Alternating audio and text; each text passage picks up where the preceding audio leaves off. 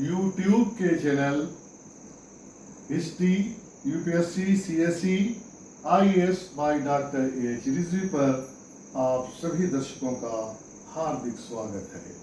All viewers are most welcome. मैं doctor H Rizvi MA history, MA political science, MA English and MA PhD in modern history. आज हम आपको concept of history foundation course video 5 में भारतीय इतिहास के बारे में चर्चा करेंगे, जो हमारे इतिहास की श्रृंखला का 5वां वीडियो है। अभी तक हमने जनरल इंट्रोडक्शन ऑफ हिस्ट्री में भारत ही नहीं, संसार के और भी बहुत से देशों की जब तक चर्चा की। अब आज विशेषकर भारत की यानी इंडियन हिस्ट्री के बारे में हम चर्चा कर रहे हैं। चर्चा की आसानी यानी स्टडी, मुताला, अध्ययन के सुविधा के लिए, आसानी के लिए ये ज़रूरी है कि हमको ये मालूम होना चाहिए कि भारत के इतिहास यानी तारीख का, हिस्ट्री का कौन सा पीरियड, काल, वक्त कब से स्टार्ट हुआ। जब तक इस बात को हमें अच्छी तरह, इस कंसेप्ट का अच्छी तरह क्लियरेंस नहीं होगा तो हम ये बात अच्छी तरह नहीं समझ पाएंगे कि भारत की में घटने वाली कौन सी घटना, इवेंट्स किस काल में घटी। इसलिए इस बात को मद्देनजर रखते हुए मैं ऐतिहासिक चर्चा को आगे की ओर बढ़ा रहा हूँ। आशा करता हूँ कि आप लोग सभी गौर से सुनेंगे और समझने की कोशिश करेंगे।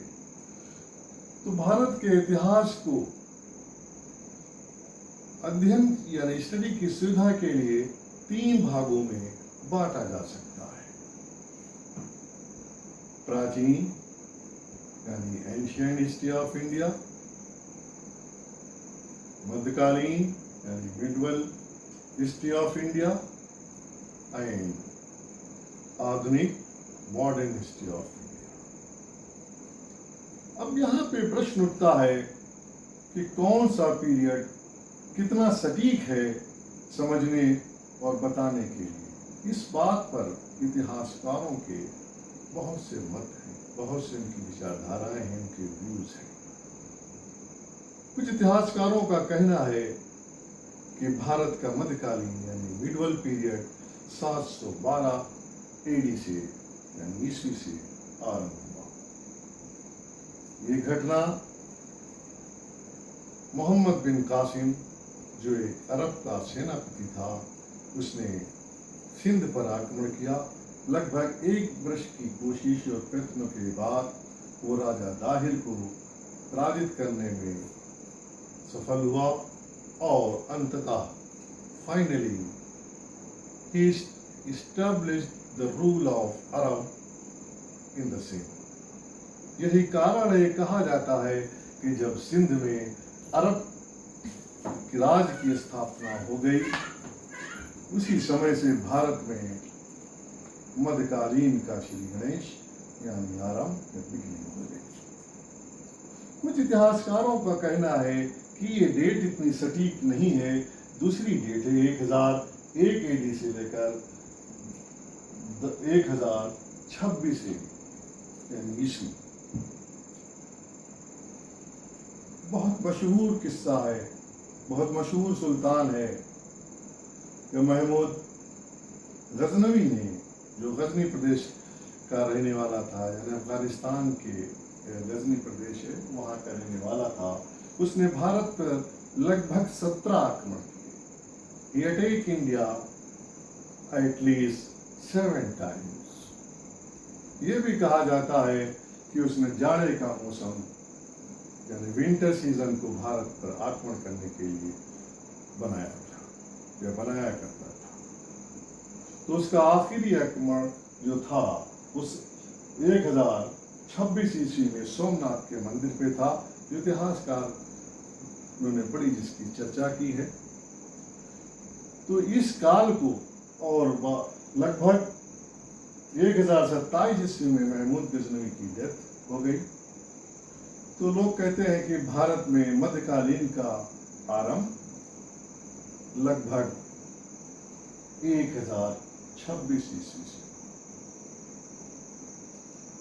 अब 1026 ईस्वी से यानी 1001 ईस्वी से भी मान सकते हैं, लेकिन कि भारत में मध्यकालीन का आरंभ माना जाता है। लेकिन इसके बारे में भी विद्वानों में बड़े मतभेद हैं। वो कहते हैं कि 1192 ईस्वी 1191 ईस्वी में शहाबुद्दीन मोहम्मद गौरी ने भारत पर आक्रमण किया था और पृथ्वीराज से उसका तराइन के मैदान में बहुत भयानक युद्ध हुआ था। कहा जाता है कि युद्ध में वो घायल हुआ, पराजित हुआ और वो गजनी यानी गौर की ओर भाग गया। और 1192 ईस्वी में 1192 AD में वो पुनः भारत पर एक बहुत बड़ी सेना, जिसमें कहते हैं कि 1,20,000 घुड़सवार थे, जिसमें लगभग 20,000 सिपाही जो के सैनिक थे वो बख्तरबंद थे, यानी लोहे की पोशाक उनके घोड़े और सिपाही पहने हुए थे। 1192 ईस्वी में एक भयानक युद्ध हुआ, तराइन का सेकंड बैटल ऑफ मानी जाती है। इस युद्ध में पृथ्वीराज पराजित हुए और इस तरह शहाबुद्दीन मोहम्मद गौरी ने भारत को विजय किया। और जब वो यहाँ से वापिस होने लगा तो उसने अपने गुलाम सेनापति कुतुबुद्दीन ऐबक को भारत का वायसराय बना दिया। फिर भी कुछ इतिहासकारों का यहाँ पर यह भी कहना है कि ये डेट इतनी सटीक नहीं है। अब यहाँ पर प्रश्न उठता है कि कुतुबुद्दीन ऐबक तभी सुल्तान बन सकता है जब शहाबुद्दीन मोहम्मद गौरी की मौत हो जाए। पृथ्वीराज रासों में कवियों ने अलग अलग अपने अपने विचारों का प्रदर्शन किया है, बताया है, लिखा है। और तो उसके मुताबिक उस समय की स्थितियों, परिस्थितियों और हालात को मद्देनजर रखते हुए, सर्कमस्टांसेस को रखते हुए शहाबुद्दीन गौरी की डेथ 93 या 94 ईस्वी तक हो जानी चाहिए थे, 1193-94। परंतु ऐसा नहीं है, ये सिर्फ काल्पनिक है और बहुत बाद में लिखी गई बातों पर आधारित है, जो 16वीं सदी में एक काव्य लिखा गया, पोएट्री लिखी गई। लेकिन एक्चुअली जब 1206 ईस्वी में वो खोखरों को पराजित करने के लिए, उनका दमन करने के लिए जब वो लाहौर आया और सतलज नदी के, रावी नदी के किनारे उसने अपना शिविर डाला और कुतुबुद्दीन ऐबक को आदेश दिया कि वो लाहौर में अपनी सेनाओं के साथ आए। जब वो नमाज पढ़ रहा था तो दो खोखरे उस तूफानी नदी से आए और उसका वध कर दिया, यानी उसका मार डाला उसको। इस प्रकार वो सेना जो थी वो शहाबुद्दीन गौरी की शव को, यानी बॉडी को लेकर गजनी की ओर, गौर की ओर रवाना हो गई। और इस घटना का, इवेंट का कुतुबुद्दीन ऐबक ने बहुत चतुरता से इसका लाभ उठाया और उसने 1192 ईस्वी में अपने आप को भारत का सुल्तान डिक्लेयर कर दिया। इस तरह सल्तनत पीरियड का आरंभ माना जाता है। ये लगभग 1206 ईस्वी की बात है और फिर यहीं से प्रारंभ हो जाता है सल्तनत पीरियड। और दुनिया के तमाम देशों में भी भारत के इतिहास का बड़ी ही सीरियसली और गंभीरता से अध्ययन किया गया है। तो इतिहासकारों का इस बारे में दो मत नहीं है कि भारत में सल्तनत पीरियड का आरंभ, यानी श्री गणेश शुरुआत 1206 ईस्वी से हुई। हालांकि शहाबुद्दीन गौरी की हुकूमत भारत में 1192 ईस्वी से हो गई थी और वो प्राय भारत के और प्रदेशों पर आक्रमण करने के लिए या तो खुद स्वयं आता था या अपने सेनापतियों को भेजा करता था। जब उसकी डेथ यानी उसका देहांत हो गया तो कुतुबुद्दीन ऐबक ने बहुत चतुरता से भारत को सेंट्रल एशिया की राजनीति से अलग कर दिया और स्वयं को भारत का सुल्तान घोषित कर दिया। ये घटना भारत के इतिहास के लिए एक बहुत ही महत्वपूर्ण घटना थी। और फिर तो ये काल शनै शनै धीरे धीरे चलता रहा आगे, ये सल्तनत पीरियड कहलाया और फिर ये लगभग 1526 ईस्वी तक चलता रहा। फिर 1526 ईस्वी में एक बहुत बड़ी घटना हुई। जहीरुद्दीन मोहम्मद बाबर ने भारत पर आक्रमण किया, जो पानीपत की प्रथम युद्ध के नाम से जाना जाता है।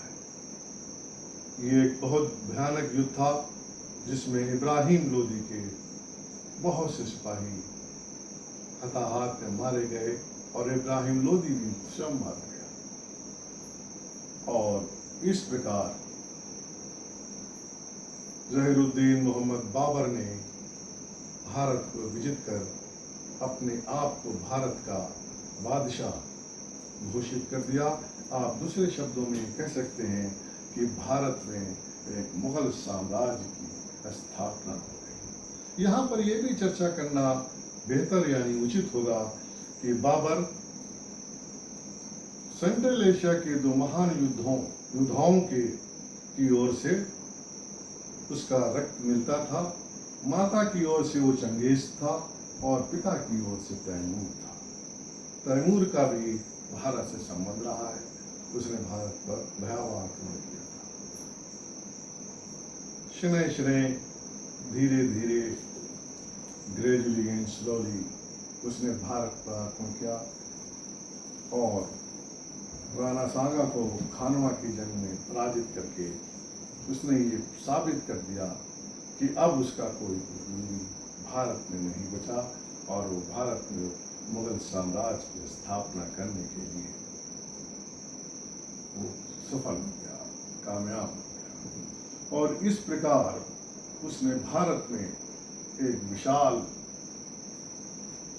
साम्राज्य की स्थापना की, जिसे भारत के इतिहास में एक गोल्डन पीरियड के नाम से भी, स्वर्ण युग के नाम से भी जाना जाता है। और इसकी चर्चा बाद में की जाएगी आवश्यकता पड़ने पर, लेकिन अभी इतना ही काफ़ी है। और इसी पीरियड में ईस्ट इंडिया कंपनी ने भारत से व्यापार भी करना शुरू किया और फिर धीरे धीरे वो भारत के राजनीति में भी हिस्सा लेने लगे। तो इसकी भी चर्चा हम लोग बहुत डिटेल से करेंगे और इस तरह मुगल पीरियड आगे बढ़ता गया। लेकिन इससे आगे हम लोग प्राचीन भारत की भी थोड़ी चर्चा कर सकते हैं कि 712 ईस्वी के बाद का जितना पीरियड है वो हम लोग मानते हैं प्राचीन भारत था। बस सिर्फ एक बात का हम लोगों को मालूमात नहीं थी, नॉलेज नहीं थी, वो 1922 ईस्वी में 1922 में जब सिंध घाटी की सिविलाइजेशन का पता चला, हड़प्पा और मोहनजोदड़ो की जब खुदाई हो रही थी, एक्सकेवेशन हो रहा था, तो ये मालूम हुआ कि यहाँ पर एक इंडस वैली नाम की बहुत बड़ी सिविलाइजेशन थी जो नील नदी और मेसोपोटामिया और चाइना की सिविलाइजेशन के संकट यानी कंटेम्परेरी थी और लगभग उसी उच्च कोटि की थी जैसी ये अन्य सिविलाइजेशन थी। बल्कि ये भी कहा जा सकता है कि ये नगरी सिविलाइजेशन, अर्बन सिविलाइजेशन थी और बहुत महत्वपूर्ण सिविलाइजेशन थी और बहुत ज़्यादा उच्च कोटि की सिविलाइजेशन किसे भी कहा जा सकता है। उनकी ड्रेनेज सिस्टम, उनकी इमारतें, उनके व्यापारिक सिस्टम, ये बहुत ही उच्च कोटि का था।